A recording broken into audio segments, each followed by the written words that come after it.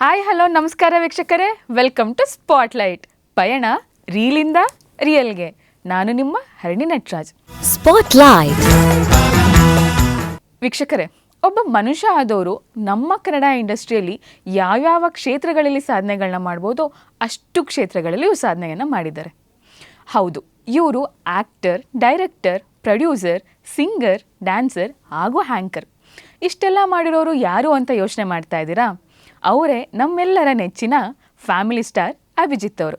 ಬನ್ನಿ ಅವರನ್ನು ಕಾರ್ಯಕ್ರಮಕ್ಕೆ ಸ್ವಾಗತಿಸೋಣ. ಸರ್ ನಮಸ್ಕಾರ.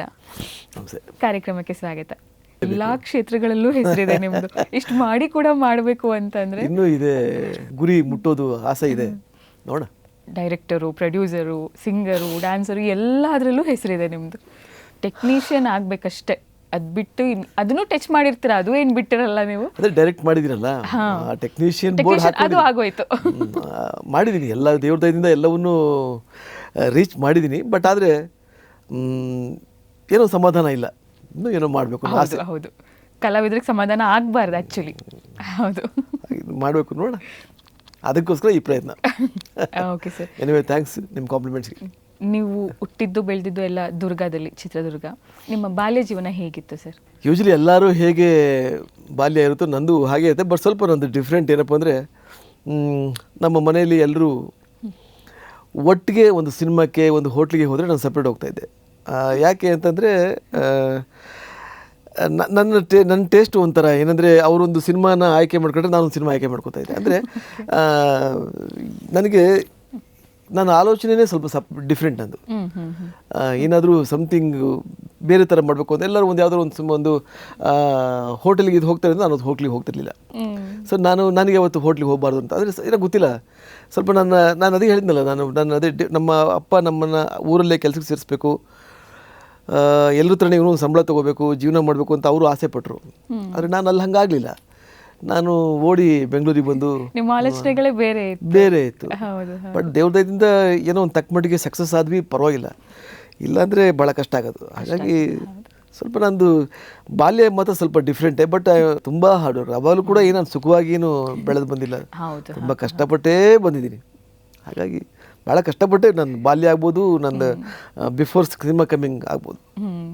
ಅಷ್ಟು ಕಷ್ಟಪಟ್ಟಿರೋದಕ್ಕೆ ಎಷ್ಟು ಒಳ್ಳೆ ಹೆಸರು ತೊಗೊಂಡ್ರದು ಸರ್. ಓಕೆ ಸರ್, ನೀವು ಚಿಕ್ಕವರಿದ್ದಾಗ, ಇನ್ನು ಮಗು ಇದ್ದಾಗಲೇ ಒಂದು ಇನ್ಸಿಡೆಂಟ್ ಆಗಿತ್ತು ಅಂತ ನಾವು ಕೇಳ್ಪಟ್ವಿ. ಅದನ್ನು ನಿಮ್ಮ ಬಾಯಾರ ಕೇಳ್ಬೋದಾ? ಏನಿಲ್ಲ, ನಾನು ಮಗುವಾಗಿದ್ದಾಗ ಐ ಥಿಂಕ್ 6 ತಿಂಗಳು, ಒಂದು 8 ತಿಂಗಳು ಮಗು ಇದ್ದೆ ಅನ್ಸುತ್ತೆ. ನಾನು ಇನ್ನೂ ತಾಯಿ ಹಾಲು ಕುಡಿತಾ ಇರೋ ಟೈಮು. ಏನೋ ಒಂದು ಫೈನ್ ಡೇ ಅದನ್ನು ಕುಡಿಯೋ ಸ್ಟಾಪ್ ಮಾಡಿಬಿಟ್ಟೆ. ಹಾಲು ಕುಡಿತಾ ಇಲ್ಲ, ನಂಬರ್ 1 ಪಾಸ್ ಮಾಡ್ತಾ ಇಲ್ಲ, ಇನ್ನೇನು ಇನ್ಕಮಿಂಗು ಇಲ್ಲ, ಔಟ್ಗೋಯಿಂಗು ಇಲ್ಲ. ಈ ಥರದ ಒಂದು ಪರಿಸ್ಥಿತಿ ಕ್ರಿಯೇಟ್ ಆಗೋಯ್ತು. ಆಮೇಲೆ ಅವರು ಡಾಕ್ಟರ್ಸ್ಗೆಲ್ಲ ತೋರಿಸಿದ್ದಾರೆ, ಏನೂ ಡಯಾಗ್ನೋಸ್ ಮಾಡೋಕ್ಕಾಗಿಲ್ಲ, ಏನಾಗಿದೆ ಅಂತ ಹೇಳೋಕ್ಕಾಗ್ತಾಯಿಲ್ಲ. ಸುಮ್ಮನೆ ಜೀವ ಒಂದಿದೆ ಅಷ್ಟೇ. ಸೊ ನಮ್ಮ ತಂದೆ ತಾಯಿಗೆ ತುಂಬ ಪ್ರೆಷರ್ ಆಯಿತು. ಎಲ್ಲ ತಂದೆ ತಾಯಿಗೂ ಹಾಗೆ ಆಗುತ್ತಲ್ಲ, ಮಗು ಅದು. ಇನ್ನು ಹೀಗೆ ನಮ್ಮ ಚಿತ್ರದುರ್ಗದ ಹತ್ರ ಒಂದು ಮಲ್ಸಿಂಗನಹಳ್ಳಿ ಅಂತ ಒಂದು ಊರಿದೆ. ಅಲ್ಲಿ ಹನುಮಂತ ದೇವರು ಜಾತ್ರೆ ಆಗುತ್ತೆ. ಅಲ್ಲಿ ಹನುಮಂತ ದೇವರು, ಅಲ್ಲಿ ಬಾಣಪ್ಪ ಅಂತ ಒಂದು ರಾಮ ಬಿಟ್ಟಿದ ಬಾಣ ಅಂತ ಇದು, ಅದರ ಮೇಲೆ ಹನುಮಂತ ದೇವರು ಬರ್ತಾರೆ. ಅವ್ರು ಬಂದುಬಿಟ್ಟು ಏನಿದೆಯೋ ಅದನ್ನೆಲ್ಲ ತಿಳಿಸಿ ಅವ್ರನ್ನ ಬದುಕಿಸ್ತಾರೆ ಅನ್ನೋ ಒಂದು ಅಲ್ಲಿ ಸತ್ಯ ಇವತ್ತಿಗೂ ಇದೆ. ಹಾಗಾಗಿ ನಮ್ಮ ತಂದೆ ಅಲ್ಲಿ ಕರ್ಕೊಂಡು ಹೋಗಿದ್ರು. ಅವಾಗ ಕರ್ಕೊಂಡು ಹೋದಾಗ ಹೇಳ್ತು, ಇದನ್ನು ಒಂದು 3 days ನನ್ನ ಟೆಂಪಲಲ್ಲೇ ಬಿಟ್ಬಿಡಿ, ನಾನು ಕ್ಯೂರ್ ಮಾಡ್ತೀನಿ ಅಂತ. ಆಮೇಲೆ ಅಲ್ಲಿ ಹಳ್ಳಿ ಜನ ಎಲ್ಲ ಹೇಳಿರಂತೆ, ಆಗಿನ ಕಾಲದಲ್ಲಿ, ಇನ್ನೇನು ಹೊರಟೋಗ್ತಿರೋ ಮಗುಗೆ ನೀನು ಬದುಕಿಸ್ತೀನಿ ಅಂತ ಹೇಳ್ತೀಯ, ಅಕಸ್ಮಾತ್ ಏನಾರು ಆದರೆ ನಿನಗೆ ಕೆಟ್ಟ ಹೆಸರು ಬರುತ್ತೆ, ಇದು ಬೇಡ ಅಂತ. ಇಲ್ಲ, ನಾನು ಬದುಕಿಸ್ತೀನಿ, ನಾನು ಉಳಿಸ್ಕೋತೀನಿ. ನಾನು ಏನು ಒಂದೇ ಒಂದು ಕಂಡೀಷನ್, ಎವ್ರಿ ಇಯರ್ ಎಲ್ಲಿದ್ದರೂ ನನ್ನ ಜಾತ್ರೆಗೆ ಬರಬೇಕು, ಮಾತು ಕೊಡ್ತೀಯ ಅಂತ ನನ್ನ ತಂದೆ ಕೇಳ್ಕೊಂಡ್ರು. ಸೊ ಅವಾಗ ಟೈಮಲ್ಲಿ ಮಗು ಉಳಿಯುತ್ತೆ ಅಂದರೆ ಎಂಥ ಪ್ರಾಮಿಸ್ ಬೇಕಾದ್ರೂ ಮಾಡ್ತಾರೆ. ಯಾಕಂದರೆ ಎಲ್ಲಿದ್ದರೂ ಬರಬೇಕು ಅಂತ. ಅಕಸ್ಮಾತ್ ಆಸ್ಟ್ರೇಲಿಯಾದಲ್ಲೂ ಬರಬೇಕಲ್ಲ, ಬರಬೇಕು, ಅದನ್ನು ಯೋಚನೆ ಮಾಡಿಲ್ಲ ಅವರು. ಡನ್ ಅಂದರು.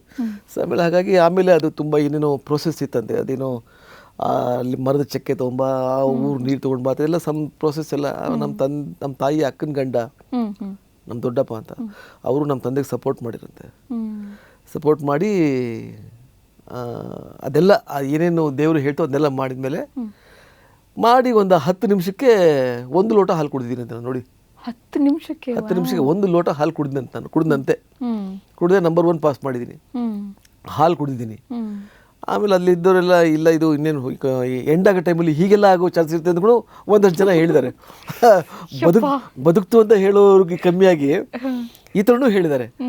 ಸರಿ ಆ್ಯಸ್ ಇಟ್ ಈಸ್ ನಮ್ಮ ತಾಯಿಗೆ ಹಾಲು ಕುಡ್ದ ಅನ್ನೋದೊಂದು ಖುಷಿನೇ ಹೊರತಾಗಿ ಇವರೆಲ್ಲ ಹೇಳಿದಾಗ ಟೆನ್ಷನ್ ಇತ್ತು.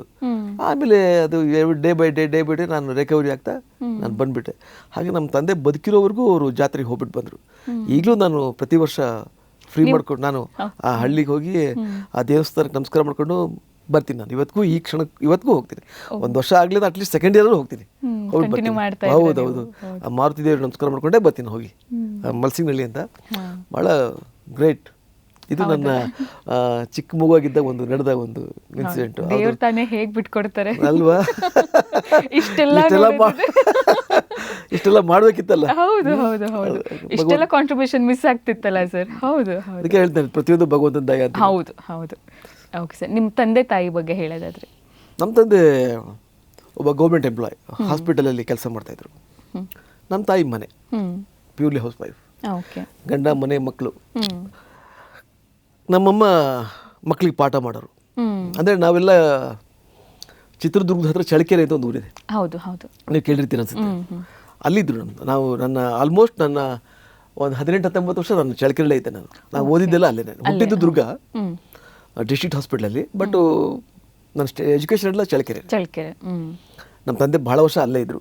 ಹಾಗಾಗಿ ಅಲ್ಲಿ ಭಾಳ ದೊಡ್ಡ ಹೆಸರು ಮಾಡಿದ್ರು ನಮ್ಮ ತಂದೆ ತಾಯಿ. ಹೇಗೆ ಅಂದರೆ ನಮ್ಮ ತಂದೆ ಹಾಸ್ಪಿಟಲ್ ಕೆಲಸ ಮಾಡ್ತಿದ್ರು, ಮಕ್ಕಳಿಗೆ ಪಾಠ ಮಾಡೋದ್ರಲ್ಲಿ ಚಳ್ಳಕೆರೆಗೆ ನಂಬರ್ 1 ಆಗಿತ್ತು. ಅಷ್ಟು ಚೆನ್ನಾಗಿ ಮಕ್ಕಳಿಗೆ ಟ್ರೈನ್ ಮಾಡ್ತಾಯಿದ್ರು. 1ನೇ ಕ್ಲಾಸಿಂದ ಒಂದು 7ನೇ ಕ್ಲಾಸ್ ತನಕ. ಹಾಗೆ ಅಷ್ಟೇ ನಮ್ಮ ತಾಯಿ ನಮ್ಮ ತಂದೆಗೆ ಸಪೋರ್ಟು. ನಮ್ಮಪ್ಪ ಅಷ್ಟೇ ಹಾಸ್ಪಿಟ್ಲಿಗೆ ಹೋಗ್ಬಿಟ್ಟು ಬರೋರು. ಅವ್ರು ಬಂದು ನಮ್ಮ ತಾಯಿಗೆ ಸಪೋರ್ಟ್ ಮಾಡೋರು ಮನೇಲಿ. ಹೀಗಾಗಿ ಒಳ್ಳೆ ಒಂದು ಬ್ಯೂಟಿಫುಲ್ ಫ್ಯಾಮಿಲಿ. ಓಕೆ. ನಿಮ್ಮ ಅಣ್ಣ ತಂಗಿ? ನಾವು 4 ಜನ. ನಮ್ಮ ಅಪ್ಪ ಅಮ್ಮಗೆ 3 ಜನ ಗಂಡು ಮಕ್ಕಳು, ಒಬ್ಳು ತಂಗಿ. ದೊಡ್ಡವ್ರು ನಮ್ಮ ಅಣ್ಣ. ಅವನು ಕರ್ನಾಟಕ ಗ್ರಾಮೀಣ ಬ್ಯಾಂಕಲ್ಲಿ ವರ್ಕ್ ಮಾಡಿ ರಿಟೈರ್ಡ್ ಆಗಿದ್ದಾನೆ. ಸ್ಟೇಟ್ ಬ್ಯಾಂಕ್ ಆಫ್ ಇಂಡಿಯಾದಲ್ಲಿ ಈಗ ಪಾರ್ಟ್ ಟೈಮ್ ಡ್ಯೂಟಿ ಮಾಡ್ತಾ ಇದ್ದಾನೆ.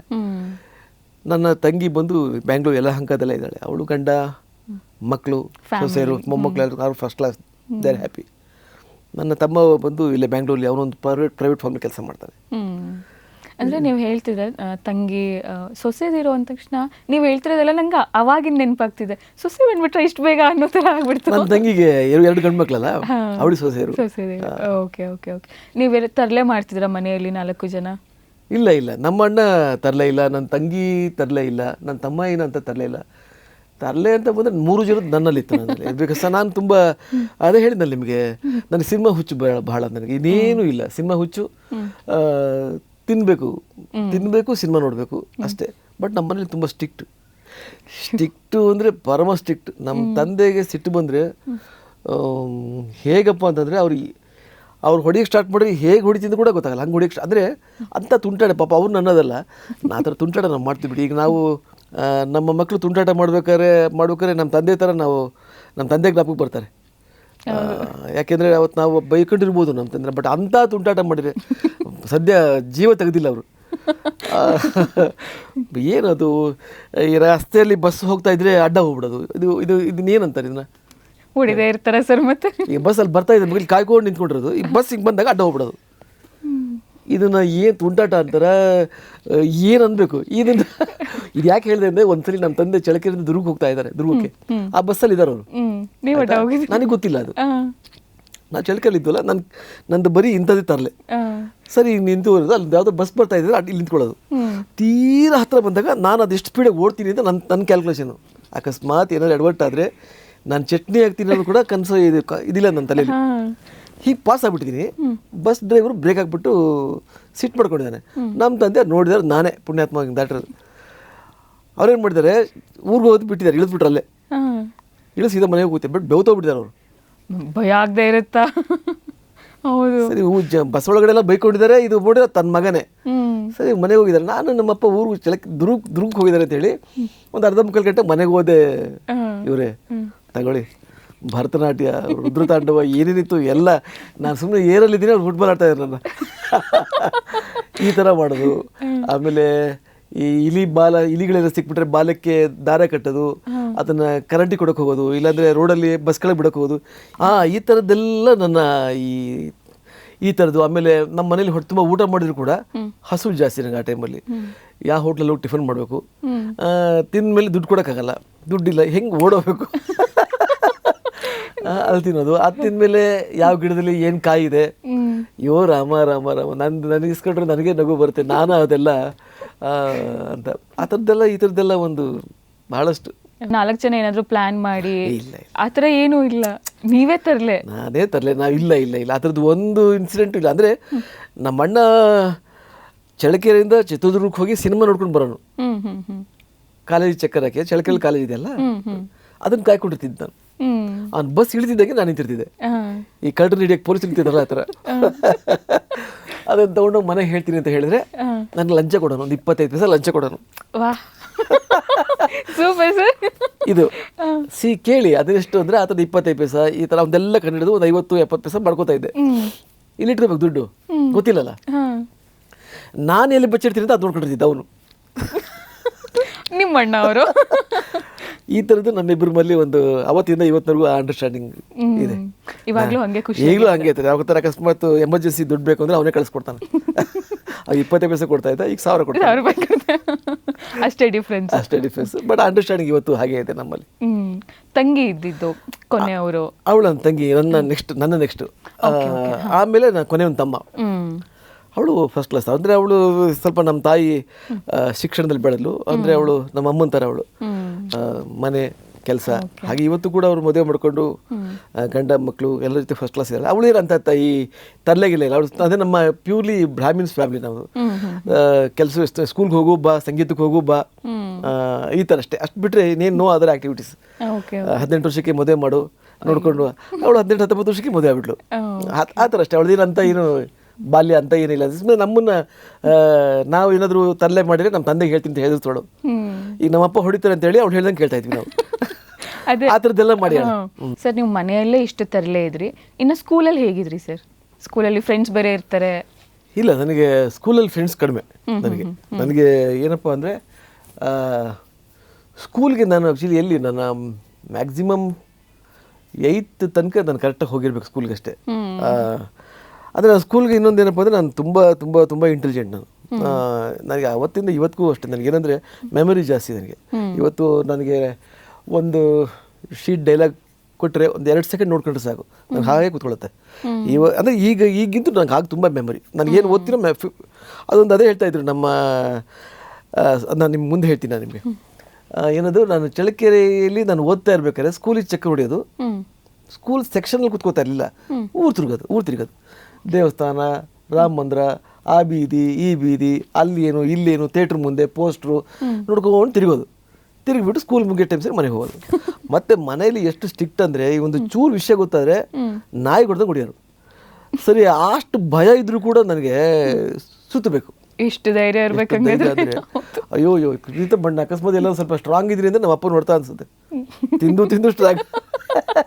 ಇವಾಗ ಹೇಳಿದ್ ನಾನು ನಿಜ. ಹೌದು, ಅದೇ ಸ್ವಲ್ಪ ಏನಾದ್ರು ಗಟ್ಟಿ ಇದೀನಿ ಅಂದರೆ ಅವ್ರು ಹೊಡ್ತಾ ಅಂದರೆ. ಬಟ್ ಈ ಲವ್ಸ್ ಮಿ ಸೋ ಮಚ್. ತುಂಬ ಇಷ್ಟ ತಮ್ಮನ್ನ ಪ್ರೀತಿಯಿಂದ. ಅದನ್ನು ಈ ಕಡೆ ಪ್ಯಾರಲಾಗಿ ಬಂದರೆ ಬರೀ ಅದು ಸ್ಟ್ರಿಕ್ಟಾಗಿ ಇಟ್ಕೊಂಡಿದ್ದು ಅಂತ ಹೇಳೋದಕ್ಕೆ ಪಕ್ಕದಲ್ಲಿ ನಮ್ಮ ಅಷ್ಟೇ ಪ್ರೀತಿಯಾಗಿ ಬೆಳೆಸ್ಯಾರೆ.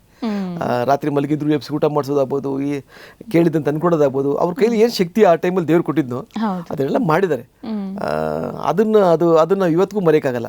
ಆದರೆ ನಮ್ಮ ಯಾವ ತಂದೆ ತಾಯಿ ಈ ಥರ ಮಕ್ಕಳು ಕಣ್ಣು ಮುಂದೆ ಮಿಸ್ಟೇಕ್ ಮಾಡ್ತಾರೆ ಅಂತ ನೋಡ್ಕೊಂಡು ಸುಮ್ಮನೆ ಇರ್ತಾರೆ ಹೇಳಿ? ಇವಾಗ ನಾನು ಸುಮ್ಮನೆ ಇರ್ತೀನ? ಇಲ್ಲ, ನನ್ನ ಮಗ ಬರೋದು ಅರ್ಧ ಗಂಟೆ ಲೇಟ್ ಆದರೆ ನಾನು 50 ಫೋನ್ ಮಾಡಿರ್ತೀನಿ, ಇಲ್ಲಿದೆಯಾ ಅಂತ. ಹಾಗಿದ್ದಾಗ ಆ ಥರ ನಾನು ಸ್ಕೂಲ್ ಹೋಗ್ತಾ ಆ ಥರ ಸುತ್ತಾ ಇದ್ದ ಕಾಲ. ಅವಾಗ ನನಗೆ ಇನ್ನೂ ಸಿನಿಮಾ ಹುಚ್ಚು ಅಷ್ಟು ಹತ್ತಿರಲಿಲ್ಲ. ಆಮೇಲೆ ನನಗೆ 8-9ನೇ ಕ್ಲಾಸಿಗೆ ಬಂದಮೇಲೆ ಸಿನಿಮಾ ಹುಚ್ಚು ಹತ್ಕೊಂತು. ಸಿನಿಮಾ ನೋಡಬೇಕು ಅಂತ. ಅದು ಯಾವ ರೇಂಜಿಗೆ ಹೋಯಿತು ಸಿನಿಮಾ ಅಂದರೆ, ರಾತ್ರಿ ಒಂದು 8-9 ಗಂಟೆಗೆ ಸಿನಿಮಾ ನೋಡಬೇಕು ಅನಿಸಿದರೆ ದುಡ್ಡು ಇಲ್ವಲ್ಲ ಹೋಗ್ಲಿಕ್ಕೆ. ನಮ್ಮದೇ ಇಲ್ಲ ದುಡ್ಡಾಗ, ಅದೆಲ್ಲ ಅಷ್ಟೊಂದೆಲ್ಲ ಸೀನ್ ಇಲ್ಲ. ಅಲ್ಲಿ ಒಂದು ಟೆಂಟ್ ಅಂತ ಇತ್ತು, ನಮ್ಮ ಊರಲ್ಲಿ ಒಂದು ಟೆಂಟ್ ಇತ್ತು. ಆ ಟೆಂಟ್ ಹತ್ರ ಹೋದರೆ ಪೋಸ್ಟರ್ ನೋಡೋದು, ಸೌಂಡ್ ಕೇಳೋದು, ಸಿನಿಮಾ ಸೌಂಡ್ ಬರ್ತಾ ಇರುತ್ತೆ, ಆ್ಯಕ್ಷನ್ ಸೀನು, ಡೈಲಾಗ್ ಎಲ್ಲ ಕೇಳಿದ್ರೆ ಖುಷಿ ಆಗುತ್ತೆ. ಅದೆಲ್ಲ ಕೇಳಿದ್ರೆ ಸಿನಿಮಾ ನೋಡ್ತಾರೆ. ಇನ್ನೂ ಸ್ವಲ್ಪ ಜಾಸ್ತಿ ನೋಡಬೇಕು ಅನ್ಸಿದ್ರೆ ಬಗ್ಗಿ ನೋಡಿದ್ರೆ ಆಗ ಸ್ಕ್ರೀನ್ ಕೆಳಗಡೆ ಮಾತ್ರ ಕಾಣುತ್ತೆ. ಕೆಳಗಡೆ ಬಗ್ಗೆ ನೋಡಿದ್ರೆ ಈ 2 ಕಾಲುಗಳು, ಟೈರ್, ಜೀಪ್, ಇಷ್ಟೇ. ಇಷ್ಟು ಕಣ್ಣಿ ಬಿದ್ದರೆ ನೆಮ್ಮದಿ. ಅವತ್ತು ಊಟ ಮಾಡಿದ್ದು ಸಮಾಧಾನ, ಊಟ ಮಾಡಿದ್ರು ಪರವಾಗಿಲ್ಲ, ಒಂದು ಸಮಾಧಾನ. ಈ ರೀತಿ ನನ್ನ ಸಿನಿಮಾ ಗೀಳು ದಿನಕ್ಕೆ ಮೆತ್ತಗೆ ಅದೇನು ನಾಗವಲ್ಲಿ ಆಡ್ಲು ಅಂತಾರಲ್ಲ ಹೌದು, ಆ ಥರ ನಾನು ತಿರ್ಕೋತ ಹೋಯ್ತು ನಂದು. ಹಾಗಾಗಿ ನನ್ನ ಸ್ಕೂಲ್ ಡೇಸ್ ಈ ಥರ ಇತ್ತು. ನನ್ನ ಫ್ರೆಂಡ್ಸ್ಗಳು ಜಾಸ್ತಿ ಇಲ್ಲ, ನಾನು ಒಬ್ಬರೇ ಏಕಾಂಗಿ. ಓಕೆ, ಜಾಸ್ತಿ ಫ್ರೆಂಡ್ಸ್ ಮಾಡ್ಕೊಂತ ಇಲ್ಲ ನಾನು ಒಂಟಿ, ಸುತ್ತಾಡ್ಬೇಕಲ್ಲ ಒಬ್ಬನೇ. ಆಮೇಲೆ ಅವ್ರು ಕರೆದ್ರೆ ಬರ್ತಿದ್ರೆ ಗೊತ್ತಿಲ್ಲ, ಬಟ್ ನನಗೆ ಇಷ್ಟ ಇಲ್ಲ. ನಾನು ಇವತ್ತು ಅಷ್ಟೇ ಭಾಳಷ್ಟು ನಾನು ತುಂಬ ರಿಸರ್ವ್. ನಾನು ಒಬ್ಬನೇ ಇದ್ರೂ ಪರವಾಗಿಲ್ಲ, ಐ ಆಮ್ ಹ್ಯಾಪಿ. ತುಂಬ ಸೆಲೆಕ್ಟಿವ್. ನಾನು ಯಾರನ್ನ ಫ್ರೆಂಡ್ಸ್ ಆರಿಸ್ಕೋಬೇಕು ಅಂದರೆ ತುಂಬ ಸೆಲೆಕ್ಟಿವ್. ನಂಗೆ ಅವ್ರು ಇಷ್ಟ ಆದರೆ, ಅವ್ರು ನನ್ನ ವೇವ್ ಲೆಂತ್ ಮ್ಯಾಚ್ ಆಗ್ತಾರೆ ಅಂದರೆ ಅವ್ರ ಜೊತೆ ಮೂವ್ ಆಗ್ತೀನಿ. ಇಲ್ಲಾಂದರೆ ನಾನು ಒಬ್ಬನೇ ಇರೋಕ್ಕೂ ತುಂಬ ಖುಷಿ, ನಾನು ನನ್ನ ಫ್ಯಾಮಿಲಿ ಅಷ್ಟೇ. ನೀವು ಒಂದು ಡೈಲಾಗ್ ಹೇಳಿದ್ರಿ, ಅದನ್ನ ನೋಡಿ ನಿಮ್ಗೆ ಯೂನಿಯನ್ ಡೇ ಚಳ್ಳಕೆರೆಯಲ್ಲಿ ನಿಮ್ಗೆ ಟ್ರೈ ಮಾಡ್ಬೋದಲ್ಲ ಇಂಡಸ್ಟ್ರಿಗೆ? ಹೌದು, ಅವತ್ತು ನಮ್ಗೆ ಅದು ಆ್ಯಕ್ಚುಲಿ ತುಂಬ ಸಿನಿಮಾ ಆ್ಯಕ್ಟರ್, ಸಿನಿಮಾದಲ್ಲಿ ನಾನು ಒಬ್ಬ ಆ್ಯಕ್ಟ್ ಮಾಡಬೇಕು ಅನ್ನೋ ಒಂದು ಸಣ್ಣ ಥಾಟ್ ಹುಟ್ಟಿದ್ದೆ ನಮ್ಗೆ ಅವತ್ತು. ಅಂದರೆ ನಾವು ಒಂದು ಮಯೂರ ಅಂತ ಸಿನಿಮಾ, ನಾನು ತುಂಬ ಭಾಳ ದೊಡ್ಡ ಫ್ಯಾನ್ ರಾಜ್ಕುಮಾರ್ ಅವ್ರಿಗೆ. ನನಗೆ ಬುದ್ಧಿ ಬರೋಕ್ಕಿಂತ ಮುಂಚೆಯಿಂದನೇ ಆಗ ಮಯೂರ ಅಂತ ಒಂದು ಸಿನಿಮಾ ರಿಲೀಸ್ ಆಗಿತ್ತು. ಅದು ಎಲ್ಲ ಸಿನಿಮಾನು ನೋಡ್ತಾ ಇದ್ವಿ ನಾವು. ಚಳ್ಳಕೆರೆಗೆ ಯಾವ ಸಿನಿಮಾ ಬಂದರೂ ಕೂಡ ಇನ್ನೂ ಕೇಳ್ತೀರಿ ಕೇಳಿ, ಯಾವುದೋ ಒಂದು ಸಿನಿಮಾ ನಾಡಿದ್ದು ಬರುತ್ತೆ ಅಂದರೆ 3-4 ದಿನ ಮುಂಚೆ ಪೋಸ್ಟರ್ ಹಾಕಿರ್ತಾರೆ. ಹೌದಾ? ಅದು ನಮ್ಮ ಫೇವ್ರೆಟ್ ಹೀರೋ ಆಗಿದ್ರೆ ಅಂತೂ ನಾನು ದಿನಕ್ಕೊಂದು 10 ಸಲ ಹೋಗಿ ನೋಡೋದು, ಆ ಪೋಸ್ಟರ್ನ ನೋಡ್ತಾ ನಿಂತ್ಕೊಳ್ಳೋದು ನೋಡೋದು. ಒಂದು ದಿನ ಒಂದು ಸಿನಿಮಾ ಬರಲಿಲ್ಲ, ಅವೆಲ್ಲ ಪ್ರಿಂಟ್ ಅಂತ ಬಾಕ್ಸ್ ಬರಬೇಕಾದ್ರೆ, ಅದು ಯಾವುದೋ ಊರಿಂದ ಬಂದಿಲ್ಲ, ಶೋ ಇಲ್ಲ ಅಂದ್ಬಿಟ್ರು. ನೀವು ನನ್ನ ಡಿಸಪಾಯಿಂಟ್ಮೆಂಟ್ ನೋಡ್ಬೇಕಿತ್ತು ಇವತ್ತು. ಏನಪ್ಪ ಅಂದರೆ ನಾವು ಬದುಕಿದ್ರೆ ಹೆಚ್ಚು ವೇಸ್ಟ್ ಅನ್ನೋ ಥರ. ನನಗೆ ಸಿನಿಮಾ ಬಾಕ್ಸ್ ಬಂದಿಲ್ಲ, ಸಿನಿಮಾ ನೋಡ್ತಾ ಇಲ್ಲ, ಏನು ಮಾಡ್ಬೇಕು ನಾನು? ಮಧ್ಯಾಹ್ನ 1:30 ಬರುತ್ತೆ ಪ್ರಿಂಟು, ಮಾರ್ನಿಂಗ್ ಶೋ ಇಲ್ಲ ಅಂತ ಎಷ್ಟೇ ಹೇಳಿದ್ದು. ಆ 1:30 ತಳ್ಳೋದನ್ನ ನಾನು ಎಷ್ಟು ಕಷ್ಟಪಟ್ಟಿದ್ದೀನಿ ಅಂದರೆ ನನಗೆ ಅನ್ಸುತ್ತೆ ಅದು ಎಂಥ ಹುಚ್ಚು, ಎಂಥ ಒಂದು ಏಜ್ ಅದು. ಆ ಥರ ಇದ್ದಂಥ ಕಾಲ. ಆಗ ಮಯೂರ ಅಂತ ಒಂದು ಸಿನಿಮಾ ಚಿತ್ರದುರ್ಗದಲ್ಲಿ ರಿಲೀಸ್ ಆಗಿತ್ತು. ನಾನು ಚಳ್ಳಕೆರೆಯಿಂದ ಮಯೂರ ಸಿನಿಮಾನ ಮೋಸ್ಟ್ಲಿ ನಾನೊಂದು 50-60 ಸಲ ನೋಡಿದ್ದೀನಿ. ಆ ಸಿನಿಮಾ ಆ ಟೈಮಲ್ಲಿ ಹೋಗಿ ಬಂದು ಹೌದು ನೋಡಿದ್ದೀನಿ. ಆ ಸಿನಿಮಾದ ಒಂದು ಚಿಕ್ಕ ಸೀನ್, ರಾಜ್ಕುಮಾರ್ ಅವರು ಮಯೂರ್ನಾಗೆ ದರ್ಬಾರ್ ಸೀನಿಗೆ ಬಂದಾಗ ರೆಡಿ ಒಂದು ಸೀನು ಆ ಯೂನಿಯನ್ ಡೇಗೆ ಪ್ಲೇ ಮಾಡ್ಬೇಕು ನಾವು. ನಾನು ಒಂದು 4-5 ಜನ ಸ್ನೇಹಿತರು ಸೇರಿಕೊಂಡು ಅದನ್ನು ಮಾಡೋ ಥರ. ಯಾರೋ ಒಬ್ಬ ಪ್ರೊಡ್ಯೂಸರ್, ಅವನೇ ಅಂದರೆ ಈ ನಾಟಕದ ಕಂಪ್ನಿಯಿಂದ ಡ್ರೆಸ್ಸಸ್ ಎಲ್ಲ ತಂದಿದ್ದ. ಸೊ ನಾನು ಡೈರೆಕ್ಟರ್, ನಾನು ಆ ಮೇಯ್ನ್ ಲೀಡ್ ರೋಲ್, ರಾಜ್ಕುಮಾರ್ ಅವರು ನಾನು ಮಾಡ್ತಾಯಿದ್ದೆ. ಅದು ಮಾಡಿದಾಗ ಚಿತ್ರದುರ್ಗ DC ಅವ್ರು ಗೆಸ್ಟಾಗಿ ಬಂದಿದ್ರು ಅಲ್ಲಿ. ಐ ಥಿಂಕ್ ಅವರೇ ಅನಿಸುತ್ತೆ ನನಗೆ. ಎಲ್ಲ ನೋಡಿದಾಗ ಇಡೀ ನಮ್ಮ ಪ್ರೋಗ್ರಾಮಲ್ಲಿ ನಮ್ಮ ಸ್ಕಿಟ್ಟೆ, ನಮ್ಮ ಶೋನೇ ಚೆನ್ನಾಗಿತ್ತು, ನಮ್ಮ ಪ್ಲೇ ಚೆನ್ನಾಗಿತ್ತು. ಸರಿ, ಅವರು ಕರೆದು ಒಂದು ಪುಸ್ತಕನ ಗಿಫ್ಟ ಕೊಟ್ಟು ನನಗೆ, ಈ ಹುಡುಗನೇ ಇದೆಲ್ಲ ಈ ಸೀನ್ ಆರಿಸ್ಕೊಂಡು ಡೈರೆಕ್ಟ್ ಮಾಡಿ ಆ್ಯಕ್ಟ್ ಮಾಡಿದ್ದು ಅಂದಾಗ ಹೇಳಿದ, ನೀನು ಚಿಕ್ಕ ಹುಡುಗ ಆದರೂ ಒಳ್ಳೆ ಆರ್ಟಿಸ್ಟ್ ಥರ, ಕಲಾವಿದ ಥರ ಕಾಣ್ತೀಯ. ಅದು ಅವ್ರನ್ನ ಇಮಿಟೇಟ್ ಮಾಡಿದ್ರು ಕೂಡ, ರಾಜ್ಕುಮಾರ್ ಹೇಗೆ ಮಾಡಿದ್ರು ಹಾಗೆ ಮಾಡೋ ಪ್ರಯತ್ನ ಮಾಡಿದ್ರು ಕೂಡ, ನೀನು ಚಿಕ್ಕ ವಯಸ್ಸು, ನೀವು ಎಂಥ ಒಂದು ಕಲೆ ಇದೆ ಕಣಯ್ಯ, ನೀನು ಯಾಕೆ ಸಿನಿಮಾ, ನೀನು ಒಂದು ದಿವಸ ಮುಂದೆ ದೊಡ್ಡ ಅವ್ರ ಥರನೇ ಆ್ಯಕ್ಟರ್ ಆಗ್ತೀಯೇನೋ ಅಂತ ಅಂದರು. ನೋಡಿ, ಅದನ್ನು ರಾಜ್ಕುಮಾರ್ ಅವ್ರ ಜೊತೆ ಆ್ಯಕ್ಟ್ ಮಾಡ್ಬೇಕಾದ್ರೆ ಹೇಳಿದೆ ಈ ಮಾತು ನಾನು. ಸರ್, ನಿಮ್ಮ ಸಿನಿಮಾ ನೋಡಿಕೊಂಡು ನಾನು ಬೆಳೆದು ನಿಮ್ಮದನ್ನೇ ಆ್ಯಕ್ಟ್ ಮಾಡಿ ಈಗ ನಿಮ್ಮ ಪಕ್ಕದಲ್ಲೇ ಕೆಲಸ ಮಾಡ್ತಾಯಿದ್ದೀನಿ, ಆ್ಯಕ್ಟ್ ಮಾಡ್ತಾಯಿದ್ದೀನಿ, ಸಚೆ ತುಂಬ ನಾನು ಐ ಆಮ್ ಬ್ಲೆಸ್ಡ್ ಅಂತ ಹೇಳಿದೆ. ಅವ್ರು ಪಾಪ ಖುಷಿಪಟ್ಟರು. ಹಾಗಾಗಿ ಅವತ್ತು ಮೊಳಕೆ ಚಿಗುರೊಡಿತು. ಅಲ್ಲಿಂದ ಇನ್ನೂ ಸಿನಿಮಾ ಹುಚ್ಚು ಜಾಸ್ತಿ ಆಗಿ ಸ್ಕೂಲ್ಗೆ ಹೋಗಿ, ಇನ್ನೂ ಸ್ಕೂಲ್ ಡೇ ಹೋಗೋದು ಕಡಿಮೆ ಮಾಡಿ ಸಿನಿಮಾ ಹುಚ್ಚು ಜಾಸ್ತಿ ಆಯಿತು. ಅದು ಅದು ಹುಟ್ಟೋದಕ್ಕೆ ಅದೊಂದು ಕಾರಣ. ನನಗೆ ಇವತ್ತು ಅಷ್ಟೇ, ನೀವು ನಂಬ್ತಿರೋ ನಂಬಲ್ಲ ಗೊತ್ತಿಲ್ಲ, ನಾನು ರಾತ್ರಿ ಮಲಗೋಕೆ ಮುಂಚೆ 1 hour 2 hours ಸಿನಿಮಾ ನೋಡೇ ಮಲಗೋದು ನಾನು ಇವತ್ತಿಗೂ. ನನಗೆ ಇನ್ನು ಅದೇ ನನ್ನ ಎಂಟರ್ಟೈನ್ಮೆಂಟ್. ಸಪೋಸ್ ನನಗೆ ಬೆಳಗ್ಗೆ ಎದ್ದರೆ ಸ್ನಾನ, ಎಕ್ಸಸೈಸ್, ದೇವ್ರ ಪೂಜೆ, ಇದೆಷ್ಟು ಕಂಪಲ್ಸರಿನೋ. ರಾತ್ರಿ ಮಲಗಬೇಕು, ಅದು ಎಷ್ಟೊತ್ತರ ಆಗಲಿ, 1 hour ಆಗಲಿ, ಅರ್ಧ ಮುಕ್ಕಾಲು ಗಂಟೆ ಆಗಲಿ, ರಾತ್ರಿ 12 ಗಂಟೆ ಶೂಟ್ ಮುಗಿಸ್ಕೊಂಡು ಮನೆಗೆ ಬಂದು ಫ್ರೆಶ್ ಅಪ್ ಆಗಿ ಎಲ್ಲ ಮಲಗಬೇಕಾದ್ರೆ ಒಂದು 1/2 hour, ನಂಗೆ ಯಾವ್ದಾದ್ರು ಒಂದು ಸಿನಿಮಾ ಒಂದು 1/2 hour ನೋಡಿ ಅದನ್ನು ಮಾಡಿ ಮಲಗೋದು ನಾನು. ಅದು ಅಷ್ಟು ಆ ಹುಚ್ಚು ಇವತ್ತಿಗೂ ಇದೆ. ನೀವು ಕೇಳಿ ಹೆಂಗೆ ಫಿಟ್ನೆಸ್ ಅಂತ ಕೇಳ್ತಿರಲ್ಲ, ಅದೇ ಇನ್ನೂ ಏನೋ ನನಗೆ ಸ್ಯಾಟಿಸ್ಫ್ಯಾಕ್ಷನ್ ಆಗಿಲ್ಲ. ನನಗೆ ಇನ್ನೂ ಏನೋ ಹತ್ತತ್ರ 196-197 ಸಿನಿಮಾ ಆಗ್ತಾ ಬಂತು. 3 ಸಿನಿಮಾ ಪ್ರೊಡ್ಯೂಸ್ ಮಾಡಿದ್ದೀನಿ ನಾನು. ಬಂದು ನನಗೆ ಒಂದು ಆತ್ಮತೃಪ್ತಿ ನನಗೆ ಎಲ್ಲೋ ಕಡೆ ಈಗೆಲ್ಲ ನೋಡಿದಾಗ ಇದೆ. ನನಗೆ 1-2 ಸಿನಿಮಾ ಡೈರೆಕ್ಟ್ ಮಾಡಿದ್ದೀನಿ, ಹಾಡಿದ್ದೀನಿ, ಎಲ್ಲವೂ ಮಾಡಿದ್ದೀನಿ. ಆದರೂ ಕೂಡ ನನಗೆ ಇನ್ನೂ ಏನೋ ಒಂದು ಸ್ಯಾಟಿಸ್ಫ್ಯಾಕ್ಷನ್ ಕಾಣಿಸ್ತಾ ಇದೆ, ಏನೋ ಮಾಡಬೇಕು, ಇನ್ನೂ ಏನೋ ಕೊರತೆ ಕಾಣ್ತಾ ಇದೆ. ಹಾಗಾಗಿ ನೋಡೋಣ, ಮುಂದೆ ದೇವ್ರಿಗೆ ಗೊತ್ತು ಇನ್ನೇನು ಮಾಡಿಸ್ತಾನೆ ಭಗವಂತ ಅಂತ. ಒಳ್ಳೇದಾಗುತ್ತೆ. ಸರ್, ಇಷ್ಟೆಲ್ಲ ತರಲೆ ಇತ್ತು, ಇಷ್ಟೆಲ್ಲ ನೀವು ಆಸೆ ಪಡ್ತಿದ್ರಿ, ಇಷ್ಟೆಲ್ಲ ಇಂಟ್ರೆಸ್ಟ್ ಇತ್ತು, ಬಂಕ್ ಮಾಡಿ ಸಿನಿಮಾ ನೋಡಿ ಎಲ್ಲ ಅದು ಮಾಡ್ತಾ ಇದ್ರಿ. ಹಿಂದೆ ಒಂದ್ಸತಿ ತಿರುಗಿ ನೋಡಿದ್ರೆ ಏನ್ ಅನ್ಸುತ್ತೆ ಸರ್? ಇವತ್ತು ನನ್ನ ಸಾಧನೆ ನನಗೆಲ್ಲೋ ತಕ್ಕ ಮಟ್ಟಿಗೆ ಸಂತೋಷ ಇದ್ರು, ಅವತ್ತಿನ ದಿನಕ್ಕೆ ಅದು ಆಸೆ ಕನಸಾಗಿ ಚಿಗುರಿದ್ರು ಹೋಪ್ಸೇ ಇಲ್ವಲ್ಲ. ಹೌದು, ಹೌದು. ದಾರಿ ಯಾವುದೊಂದು ಗೊತ್ತಿಲ್ವಲ್ಲ, ಹ್ಮ್. ಯಾರು ನಮ್ಮವರು ಅಂತ ಯಾರು ಇಂಡಸ್ಟ್ರಿ ಒಳಗೆ ಇಲ್ವಲ್ಲ, ಇಲ್ಲ. ಹೌದು. ಕಣ್ಣಿಗೆ ಬಟ್ಟೆ ಕಟ್ಕೊಂಡು ಹೆಜ್ಜೆ ಆಗ್ದಂಗೆ ಅಷ್ಟೇ ಅದು. ಹ್ಮ್. ಆದಾಗ ತುಂಬ ಭಯ, ಆಮೇಲೆ ಭಯ ಇದ್ರೂ ಕೂಡ ಏನೋ ಒಂದು ಕಾನ್ಫಿಡೆನ್ಸ್, ಏನೋ ಒಂದು ಕಾನ್ಫಿಡೆನ್ಸ್, ಸತ್ಯವಾಗಿ ಹೇಳ್ತೀನಿ ಕೇಳಿ, ಏನೋ ಒಂದು ಕಾನ್ಫಿಡೆನ್ಸ್. ಇನ್ನು ಇವತ್ತೇ ಒಂಚೂರಿಂದ ಕಾನ್ಫಿಡೆನ್ಸ್ ಕಡಿಮೆ ಅಂತ ಅನ್ಕೋತೀನಿ, ಅವತ್ತು ವಿಪರೀತ ಕಾನ್ಫಿಡೆನ್ಸ್. ಹೌದು. ಹೌದು, ಖಂಡಿತವಾಗಿ. ಅಕಸ್ಮಾತ್ ಚಳ್ಳಕೆರೆಯಿಂದ ಬೆಂಗಳೂರಿಗೆ ಬಸ್ ಚಾರ್ಜ್ ದುಡ್ಡಿಲ್ಲ ಅಂದರೆ ನಾನು ನಡ್ಕೊಂಡು ಹೋಗಬಲ್ಲೆ ಅನ್ನೋಷ್ಟು ಕಾನ್ಫಿಡೆನ್ಸ್. ಏನು 200 ಕಿಲೋಮೀಟರ್ ನಡ್ಕೊಂಡು ಹೋಗ್ತೀನಿ ಅಂದರೆ ಅದು ಹುಚ್ಚು ಕಾನ್ಫಿಡೆನ್ಸ್ ಆದರೂ ಕೂಡ ಕಾನ್ಫಿಡೆನ್ಸ್. ಹೌದು. ಹೌದು. ಹಾಗಾಗಿ ಎಷ್ಟೋ ಕಿಲೋಮೀಟರ್ ನಡೆದಿದ್ದೀನಿ ಬಿಡಿ, ಅದೇನು ಕಡಿಮೆ ಇಲ್ಲ, ನಡೆದಿದ್ದೀನಿ. ಅದೆಲ್ಲ ಸುಮಾರು ದಿನ, ಅವೆಲ್ಲ ಮುಂದೆ ಭಾಳಷ್ಟು ನಡೆದು ಎಲ್ಲ ಅದೊಂದು ಆ್ಯಕ್ಟರ್ ಆಗಬೇಕು ಅಂತ ಬಂದಿಲ್ಲ, ಆ ಡೇಸ್ಗಳೇ ಬೇಳೆ, ಅದು ಕೂಡ ತುಂಬ ಕಷ್ಟಪಟ್ಟಿದ್ದೀನಿ. ಹಾಗಂತ ಅದಕ್ಕೆ ಸಂತೋಷ ಪಡ್ತೀನಿ ಅಷ್ಟೇ. ಅವತ್ತಿನ ಬಾಲ್ಯ ನೆನೆಸ್ಕೊಂಡೆ, ಇವತ್ತು ನೆನೆಸ್ಕೊಂಡ್ರೆ ನೀವು ನಂಬ್ತಿರೋ ನಂಬಲ್ಲೋ ಗೊತ್ತಿಲ್ಲ, ನಾನು ಎವ್ರಿ ಡೇ ನನ್ನ ಬಾಲ್ಯ ಜ್ಞಾಪಿಸ್ಕೋತೀನಿ, ನಮ್ಮ ಊರು ಜ್ಞಾಪಿಸ್ಕೋತೀನಿ. ಅಕಸ್ಮಾತ್ ಆ ಸೈಡ್ ಹೋದಾಗ ಕಾರ್ ಹಾಕೊಂಡು ನಾನು ನನ್ನ ವೈಫ್ ಕಾರಲ್ಲಿ ಕೂತ್ಕೊಂಡು ನಾನು ಗ್ಲಾಸ್ ಹಾಕೊಂಡು ಸುಮ್ಮನೆ ಬೀದಿಯೆಲ್ಲ ಸುತ್ತೀನಿ ಕಾರ್ ಹಾಕೊಂಡು. ಯಾಕೆ ನಾನು ಓಡಾಡಿದ ಜಾಗ, ಅವತ್ತಿನ ದಿನ ಊರು ಹೇಗಿತ್ತು, ಇವತ್ತು ಹೇಗಿದೆ, ಊರು ಪೂರ್ತಿ ಚೇಂಜ್ ಆಗಿದ್ರು, ಬದಲಾವಣೆ ಆಗ್ಬಿಟ್ಟಿದೆ. ಬಟ್ ಆ ದಾರಿ ಹಾಗೇ ಇವೆ, ರಸ್ತೆ ಹಾಗೆ ಹಾಕ್ತೀನಿ, ಥಿಯೇಟರ್ ಮುಂದೆಲ್ಲ ಹೋಗ್ತೀನಿ, ಹೋಗ್ಬಿಟ್ಟು ಬರ್ತೀನಿ ನಾನು. ಆದ್ರೆ ಆವತ್ತು ಏನೂ ಇಲ್ದಿದ್ದಾಗ ಇವತ್ತೆಲ್ಲವೂ ಇದ್ದಾಗ ಅದು ಬಹಳ ರಿಪೀಟ್ ಆಗ್ತದೆ, ತುಂಬ ಕಾಡುತ್ತದೆ, ತುಂಬ ಕಾಡುತ್ತದೆ.